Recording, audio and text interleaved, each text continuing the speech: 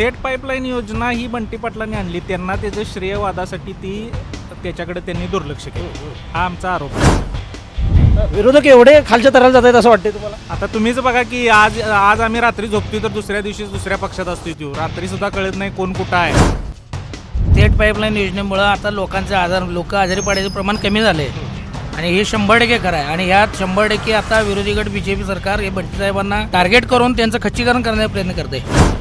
तसं जर त्या ह्याच्यात प्रॉब्लेम असता तर भाजप सरकारने केंद्रातनं पैसे तटवले असते, पैसे दिले नसते आणि तो प्रोजेक्ट पूर्ण झाला नसता. अशाच नवनवीन अपडेट्ससाठी डिजिटल कोल्हापूर चॅनलला सबस्क्राईब करायला विसरू नका. राहुल सडोलीकर आणि डिजिटल कोल्हापूरमध्ये आपलं स्वागत. कोल्हापूर महानगरपालिकेच्या इलेक्शनमध्ये आता वारं तापायला लागले, कारभारी मैदानामध्ये उतरलेले आहेत, आरोप प्रत्यारोपांच्या फैरी सुरू आहेत. लोकांच्यामध्ये असणारे मुद्दे सध्या हे आहेत. थेट पाईपलाईनचा मुद्दा हा सगळ्यात महत्त्वाचा मानला जातो आहे. त्याच्यावर काँग्रेसचे नेते बंटी पाटील यांनी परवा स्पष्टीकरणात्मक एक प्रेस कॉन्फरन्स घेतली आणि त्यामध्ये त्यांनी सांगितलं की ही योजना कशी महत्त्वाची आहे आणि ही योजना किती चांगल्या पद्धतीनं प्रामाणिक पद्धतीने मी लोकांसमोर मांडली. परंतु विरोधकांकडून मात्र या योजनेवर टीका झाली, बंटी पाटलांच्यावर टीका झाली. लोकांना या मुद्द्यावर काय वाटतं हे जाणून घेण्यासाठी मी वेगवेगळ्या प्रभागातून फिरतो आहे. सध्या मी शाहूपुरीमध्ये आहे आणि शाहूपुरीमध्ये इथं काही चहा पितायत मंडळी. मी त्यांच्याकडे जाणार आहे आणि त्यांना विचारणार आहे की त्यांना नेमकं काय वाटतं. नमस्कार. काय निवांत चहा पिताय सगळे? होय. मला सांगा, कोल्हापूर महानगरपालिकेची इलेक्शन सुरू आहे आणि या इलेक्शनमध्ये थेट पाईपलाईनचा मुद्दा प्रचंड चर्चेत आहे आणि काही नागरिकांचा आणि विरोधकांचा असा आरोप आहे की ही योजना बारगळलेली आहे आणि ही योजना बंटी पाटलांकडनं सक्सेस झालेली नाही. काय वाटते? सन्माननीय बंटी पाटील ज्यावेळी पालकमंत्री होते कोल्हापूरचे 2014 साली, त्यावेळी ही योजना त्यांनी कोल्हापूरसाठी अंमलात आणली. त्यानंतर ते पैसेसुद्धा वर्ग झाले, परवा त्यांनी सांगितलं. पण त्यानंतर काँग्रेसची सत्ता गेल्यानंतर जी भाजप सरकार आलं त्यानंतर ते झालं, तर त्यांनी त्या योजनेकडं अक्षरशः दुर्लक्ष केलं. त्यामुळं कसं राजकीय द्वेषापोटी दुर्लक्ष केलं असं आम्ही डायरेक्ट म्हणतो. का राजकीय द्वेषापोटी का दुर्लक्ष केलं असं का वाटतं तुम्हाला? थेट पाईपलाईन योजना ही बंटी पाटलांनी आणली, त्यांना त्याचं श्रेयवादासाठी त्याच्याकडे त्यांनी दुर्लक्ष केलं, हा आमचा आरोप आहे. विरोधक एवढे खालच्या तराला जात आहेत असं वाटते तुम्हाला? आता तुम्हीच बघा की आज आम्ही रात्री झोपतोय तर दुसऱ्या दिवशी दुसऱ्या पक्षात असतोय, तो रात्री सुद्धा कळत नाही कोण कुठं आहे. अच्छा. अशी हे चालू आहे. त्यामुळं कसं आहे, ही योजना 2045 पर्यंतची आहे. त्यांनी त्याचं काम अक्षरशः चांगलं केलेलं. पण आता महापालिकेवर ज्यावेळी प्रशासक आलं, प्रशासक म्हणजे कोण तर सरकारच, मग त्यांनी त्याच्याकडे दुर्लक्ष द्यायला नको होतं का, हा आमचा मुद्दा आहे. प्रशासक म्हणजे सरकार आणि सरकारकडनं ही योजना जाणीवपूर्वक बारगळलेली असं तुमचं मत आहे? त्यांनी परवा दाखवलं की त्याच्यावर किती लोकांच्यावर FIR केल्या आहेत, किती लोकांनी ते बंद पाडण्याचं काम केले. पण 7 लाख लोक पिणार आहे, एकटा बंटी पाटील पाणी पिणार नाहीत हो, 7 लाख लोक पाणी पिणार आहेत. त्यांनी काय म्हणले की मी योजना या कोल्हापूरसाठी आणली, त्याचं मी श्रेय घेणार. बरोबर आहे, तुम्ही चालू करा, त्याचं भूमी काय असेल तो कार्यक्रम तुम्ही करा, उद्घाटन तुम्ही करा, बरोबर आहे ना, त्याचं श्रेय तुम्ही घ्या. यात काय चुकलं? ही योजना बंटी पाटलांनीच कोल्हापूरसाठी आणलेली. पण ही योजना सक्सेस झालेली नाही असं म्हणतात लोक. हे अशी चर्चा सुरू आहे. हो, आम्ही जिथं राहतोय तिथं 3ऱ्या मजल्यावर पाणी चढते. ही योजना ह्या योजनेचंच पाणी आहे ना, ते आम्ही पितोय की पाणी. ही योजना ज्यावेळी चालू नव्हती त्यावेळी कित्येक लोक मेलीत त्या घाणेरड्या पाण्यामुळे. मग मला सांगा, त्यांनी असा एक मुद्दा मांडला, बंटी पाटलांनी जेव्हा परवा प्रेस कॉन्फरन्स झाली तेव्हा त्यांनी सांगितलं की काविळीसारखे आजार पसरत होते पूर्वी आणि आता ते पसरत नाही आहेत. मग याचं क्रेडिट सुद्धा या योजनेला द्यायचं का? मग कोणत्या योजना?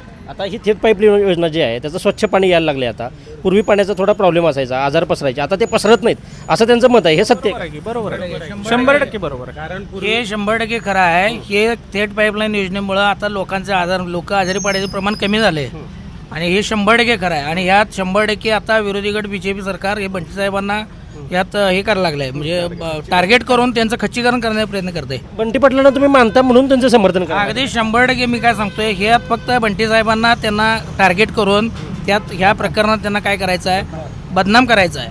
त्यात काडे घालण्याचे लोक काही प्रयत्न करायला लागले आहेत आणि यात 100% काम हे आता सरकारचं आहे. आणि हे बंटी साहेबांनी आता हा प्रोजेक्ट खरं तर पुईकडेपर्यंत होता, तिथून पुढचं हे काम प्रशासकाचं होतं, त्यांनी ते पूर्ण केलं नाही का? हे श्रेयवादाचा मुद्दा आहे आणि हे फक्त आणि फक्त काम बंटी साहेबांनीच केलेलं आहे.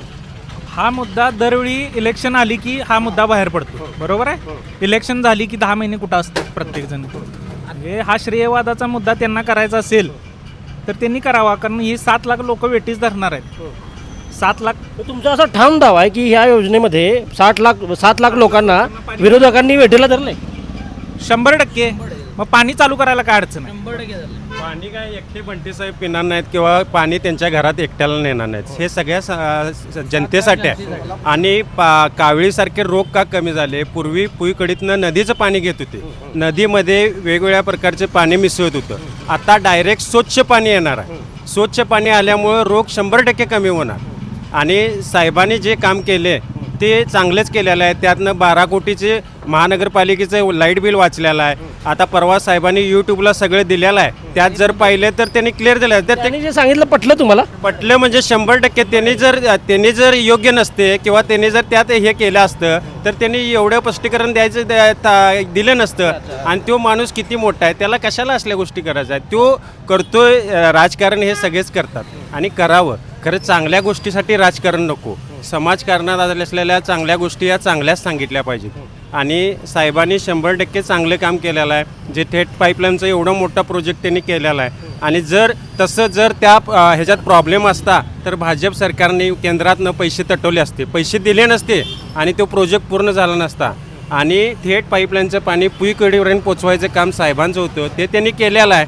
आणि तिथनं पुढं जे 5 वर्ष महायुती सरकार आहे त्यांनी ते काही त्याच्यात पुईकडे नंतरची जबाबदारी कुणाची आहे? ती प्रशासनाची आहे. प्रशासन म्हणजे काय? आता त्याच्यात नगरसेवक नव्हते, 5 वर्ष नगरसेवकाचा काय प्रशासनाचा हे होता. म्हणजे प्रशासन हे काम कोण बघते?